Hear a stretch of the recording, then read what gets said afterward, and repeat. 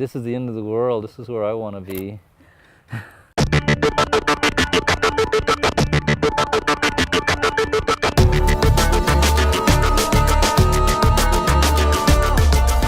Today we're out here on Jetty Island. It's a pretty cool little urban island right off the harbor of Everett. And we're doing a piece that I've been dreaming about for a while. It's called, it's a post-apocalyptic phoenix from the sound. I was actually quite nervous this morning when I was thinking about the logistics of the shoot, and I was very nervous actually, and we had to pile 7 of us in kayaks and an inflatable boat with some firewood and costumes and a fair amount of expensive gear, and cross the water from downtown Everett. Try to keep Nicole dry. So we have 2 motorized kayaks, and the real hard workers of the crew are gonna manually paddle across. The Mokais were a first for me. They were fun. It was quick and easy and painful, so I didn't have to use an oar to paddle here.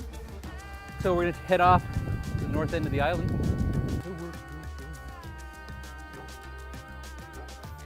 It looks like we're at high tide, the tide's going out, so we'll be able to cross over this little piece of land over here and get onto that beach over there. So the first scene is the post-apocalyptic era scene that we're going to have here, and so she'll be wearing this gunny suit that we have she'll have some hardly anything on underneath, but the idea was to be among some rough either driftwood or in the bushes. And since the tide is high here, we can wait and it'll go out and we can get on to the other side here. There's a lot of neat stuff over here. Give me some cleavage, girl. Work that. I actually have never modeled before. This is actually my first time. I'm more of an actress. So this is actually modeling and acting goes hand in hand really, because when you model you have to get into character if it's themed. So just kind of, it's almost like you're, yeah, like you're a cat coming out of here. My inspiration for this piece was, the song remains the same for all things, and there's a scene in the movie where Robert Plant is riding a horse or coming up on the beach on a boat, and it's this deserted island, and he's on the sand, and he looks really kind of cool, and the wind's blowing.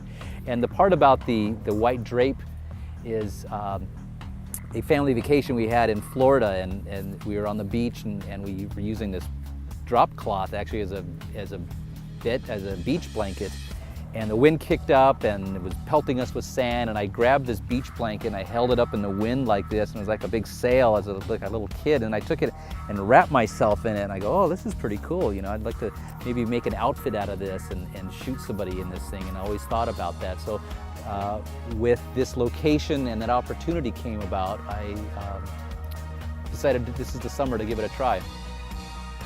This project with Dan seemed very interesting, and it was going to be my first time modeling, so I thought, hey, why not, you know, take on the project, see what I can do.